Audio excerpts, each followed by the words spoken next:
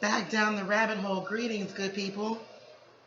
This is turned into part 3, and I realize there might be a few parts to this down the rabbit hole experience that became personal for me. So, if you've watched the last 2 videos, the first 2 videos, you know that I explained a lot of the things that kept popping up, or just things that made me say, and how all those different things piqued my curiosity and set me down a 3-year course of study, independent study on the Aborigine American. And man, I tell you, it's been a powerful revelation. And I wanted to just continue on with the things that made me say, I never thought about that. Because I want you to consider these things as well and have the same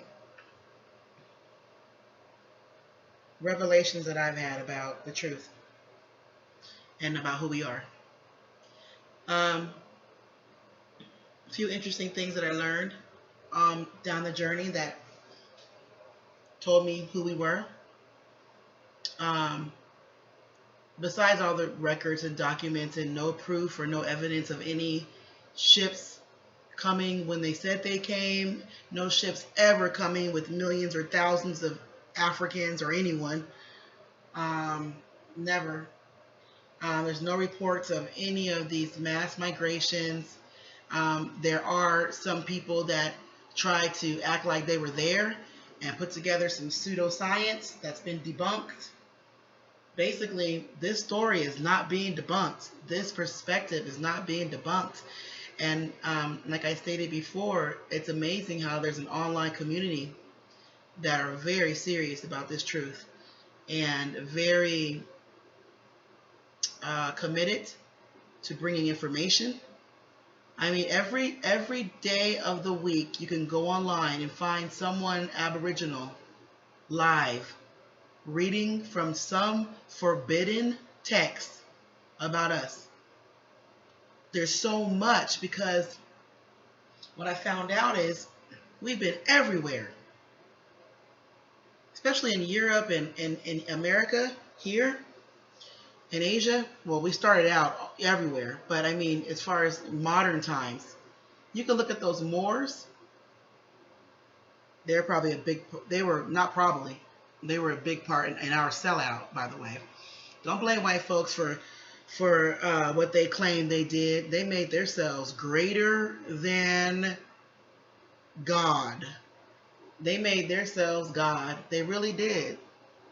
They wrote in history books that they just did amazing things. Broke a whole culture. Shut it down. Don't even know where the hell we're from.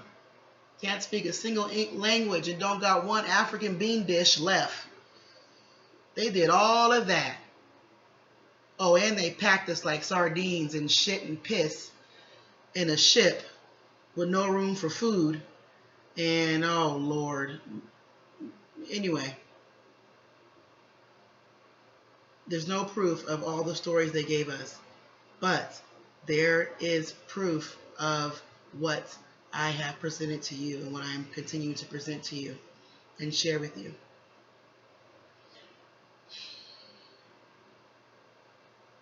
It's important that you know what the struggle's about. It's important that you know why there's so many brothers in jail. And have you noticed that they're usually all dark-skinned? That's interesting too.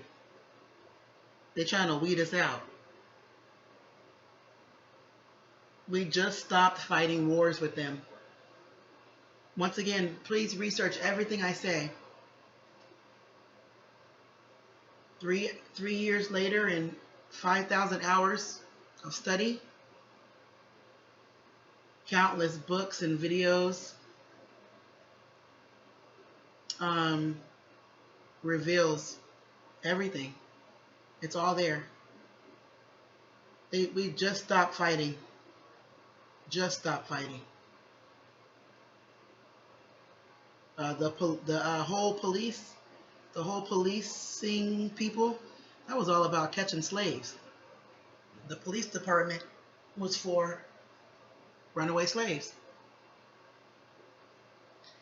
But yeah, I want to talk about something that was very fun, because we think about things that get through, right? Things that make it through. Like how I said, it's amazing for me to even think I'm African. Why is not one dish made it? Not one dish made it in over the trip. Not one dish passed down secretly. Oh, I don't buy it. I didn't buy it. And it turns out we eat not exactly, of course, but we've been boiling greens. That's our thing. We like to boil greens, apparently. So a lot of accounts of us Black Indians going out to the field and coming back with greens and putting them in big pots and making them so savory, the white explorers would say. So amazing. That's collard greens. I knew something had to make it through. Something had to make it over through the slavery.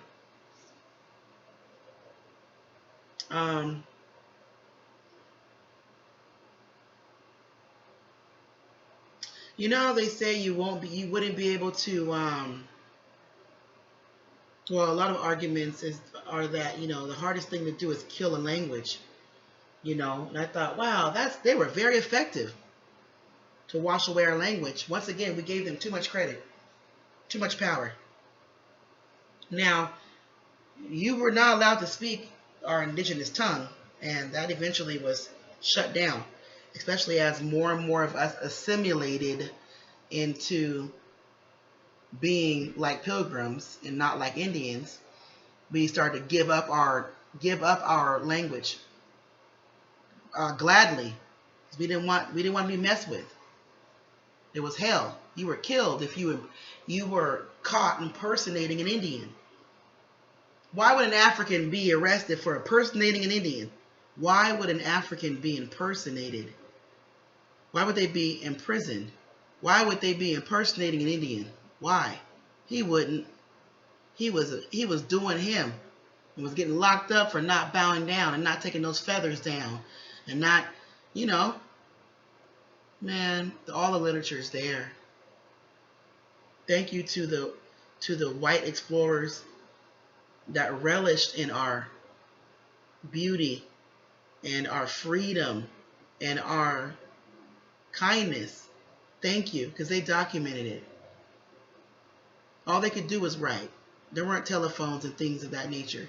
So when they came and traveled around here, they would write books, send it back to the queen. Those books, those passages and literatures they're all there. They're all available.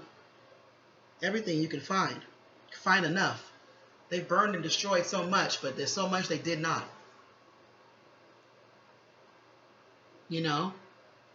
There's drawings, engravings of who they saw. There's descriptions of what they saw and what they looked like. It was us. They were not the Siberian Indians. They were the minority, like they are now, or like they would be now. Look how many of us there are. There wouldn't be that many of us left if they were doing what they say they were doing.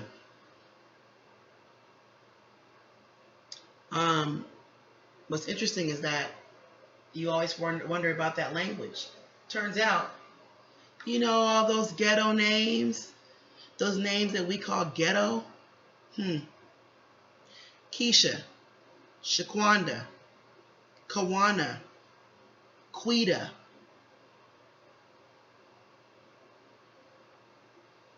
Did I say Keisha?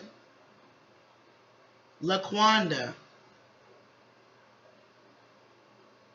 And on and on and on and on and on. Have you ever noticed that our names are nowhere but here? Come on now, that was it right there for me. That one hit hard. That one hit home real hard. Because you will not find a Laquanda in Africa. You will not find a Keisha. You will not find a Nakisha. You what? You might now, but you will not find our names anywhere else but in the Americas. Why is that? That's our language. Those are our names. When you go back, a lot of the names were very special. They had royal, regal meaning. Like Shantae. I forgot what that one was, but they have meanings. Very important people hold those hood names that we call them hood names now. Now we start naming our kids like them. Shout out to all the people that still name their kids black names, indigenous names, Aborigine American names. That's awesome. You had no idea what you were holding on to and what you were representing. Devon. All those names, all that stuff, that's America. That's Aborigine Americans. You won't see it anywhere else. And they had meaning, regal meaning. You know, the most ghetto ones were the best ones. Like oh God, there was one. Laquita. People would think that's Spanish. Nope. Laquita is an Aborigine name. And it means like beauty or glory. You know, they all have a real regal meaning behind them. The real good ones, you know, the real juicy ones. I thought that was just, that was so fun for me to even hear. I want to have a little black girl right now, name her Shantae. Oh, so bad.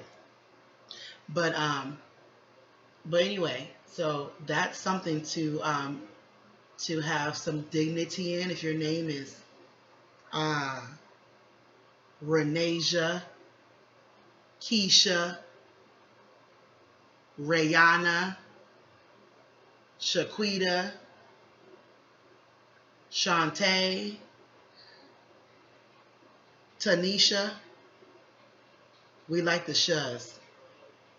There ain't no umbumbu dadas over here. There ain't no boomba bosiki. You know what I mean? There's no remnants of that in our names. And that's how you find a people. You find a people through the language. We weren't allowed to speak our language, right? They would shackle up our mouth sometimes. Put a damn a muffle on. What's it called? A muffle? I don't know why I can't think of that word right now. I have no problem with words, but I don't like those things for dogs, so obviously I displaced the word out of my whole brain. Anyway, the thing you put on people's mouth so they can't talk. You know? Why are they doing that to Africans speaking their language far away from home? What they gonna talk about? Getting back to Africa? No. Or they might talk about killing whoever's messing with them. So yeah, that makes sense. But no, they were able to squash a language. They were able to squash a language, and eventually we just gave it up. So a lot of fighting took place, though. A lot of fighting took place. We didn't want to give it up. It wasn't until like the 1900s, until the last hoorah, they got tired of fighting. And they just hit us with so much till we couldn't even keep up. Before you know it, instead we're fighting over whether they're gonna call us black or African American next. And that whole name coding is a part of it too. Have you noticed anyone else's names ever change every 10 years? We went from colored to black to African American. All the colored people were Indians. And if you could work your stuff back well enough, you'll be able to find that on your census. And what's interesting is about the census is you'll see where there's Africans that came from Africa, and it will say African by their homeland. It will say African. Isn't that a trip? It will actually say that, but under us, it wouldn't say. It would say whatever city or town it was. It would never say African. It would just say colored. There was colored, and there was colored, and every once in a while, a couple Africans sprinkled in. Not very much. Not very many. There's not very many Africans to the Black American ratio. You know what I mean? We outnumber them. I mean, that goes without being said, right? So I thought that was pretty telling that you would see African sometimes, but everything else was colored or European. So they all the information in the records and the documents, I don't think they intended on them being available for us.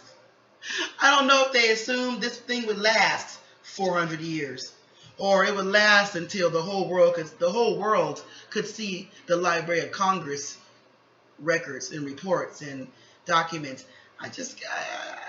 Because they destroyed a lot of things, but there's so much that they just did not bother to hide. And if you go into the Congress, if you go into the records, you will see where we went from Indian to colored. It's hard to find that one. That one's hard to find. And I forgot the link that got me there. But I saw it. I saw how we were categorized on the very, very, very first census. The first census, the first ones. I saw how we went from Indian to colored. And it's also in a lot of the Congress writing. No mentions of Africans for a long time. Like the whole 1600s, there's no mention of any Africans. You know the 1621 or 1619, I'm bad with dates because they're lies, but they told us 1621 or 1619, whatever it was, they came to Virginia, right? That's a lie. No one came in 1621. It was later, like 1680 something, and they came to Boston, and it was 11 Africans. There are no records of ships and boatloads and that whole shit they like to give us. That sardine picture with us packed in that big ass, dirty ass boat. Yeah, right. Yeah, right. Right. That was ridiculous. And, oh, speaking of that ridiculous slave ship depiction, you see how everybody knows that? They know that. They don't give us anything, any information. Why they want to give us this? Why they want to give it so much that people got paintings of the Middle Passage and all this? Oh man, you got all these details, but you can't tell me where I came from. You can't tell me, things that are hidden. All the lies. It's just one thing after another. But I thought that was interesting. Then another interesting thing is I stumbled on, and you'll know this one once you get into Dan Calloway or just get into the Aboriginal indigenous movement online. This was fun to find. The 1828 Webster definition of American. And I do not quote, but it says, American, home to the copper-colored races. That's us. Home of the copper-colored races. But now, listed home of European descendants. That's what it says. And then you look up copper-colored races, and you see us. You see magazines with copper-colored beauty, like the old pinup magazines, Playboy magazines. It would say stuff like copper cutie, and it'd be a sister on there. You know, the Copper Days, some old crazy book, novel, romance novel or something. Yeah, we were the copper colored races. We're copper colored. We're the copper colored races. Native Americans are not copper colored. If it was home to the Native American, what would it say? It would say 1828 definition of America. It would say home of the red man, right? Home of the red man. But now, home to the descendants of Europe. It would say something to indicate them. But no, when you look back, all you see is us. When you look back, all you see is us. There are very old emblems that predate Christopher Columbus that are found in museums. In particular, the McCord Museum has emblems, and it shows every man of every continent or of every nation. And it shows the Asian,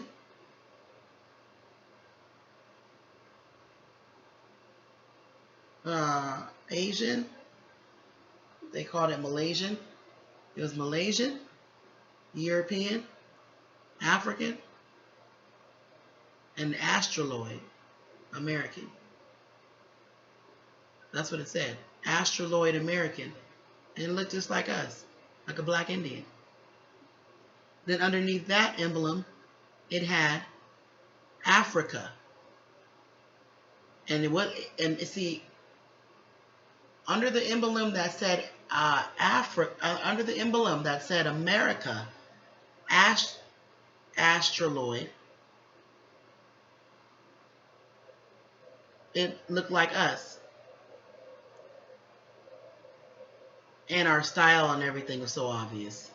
Our style is so ingrained in our DNA, it's amazing. The way these rappers look, that's how we've been looking for years, apparently. So funny. Anyway, underneath the Australoid American, it says African Negroid. And there's this goofy little fool smiling like a little African with his little tiny little hair, his little tiny little coils. He's just smiling, cheesing for no reason. And above him was us. And we were, and so the indication was obvious.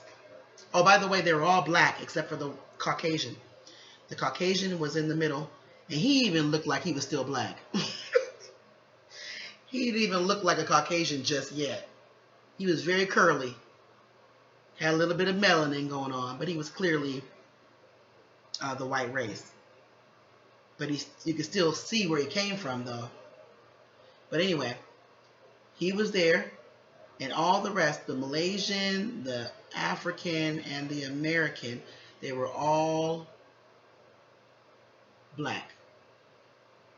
But there was a distinction between all of them. And what's most important is that there was an Australoid, assuming that would assume that we're from Australia, and I'll take that. I'll take Australia or Asia, because that's what the reports are looking like, because they look like us in the beginning. You got to check that phenotype. Anyway, so if you look at that, why would they put American Australoid and then a Negroid there if we were the same people? And why would they make them look so different? They make them look so different. The American had a headdress on. He was styling. He had some jewelry on. He looked like us. He was styling. He was styling. He looked like He looked like he was the oldest one. He had the game. He knew how to go sell some rice and some beans to the other countries, and he was about his business. He was serious. So did the Malaysian. He was in the game for a few thousand years. He looked like he had a few suits and all kind of stuff. And then the little African was standing down there cheesing with no shirt on, looking all, small and a little tiny little head, and he was smiling. I was like, this looked like this looked like a whole bunch, looks like 4 different families. You're clearly looking at 4 different types of people here. So don't call me an African American. I'm an American. I am from Turtle Island. I am an Aborigine. I'm an Aborigine. American Aborigine. Well, that's it. Just wanted to talk about the Webster Dictionary definition of American. And wanted to talk about the names, the quote-unquote ghetto names, and how that's our name. Oh, another fun thing. The first queen of Europe was black, and her name was Europa. That's fun, right? So I'm going to leave you with that and ask you to be inspired to go do your own information. Dane Calloway, check him out.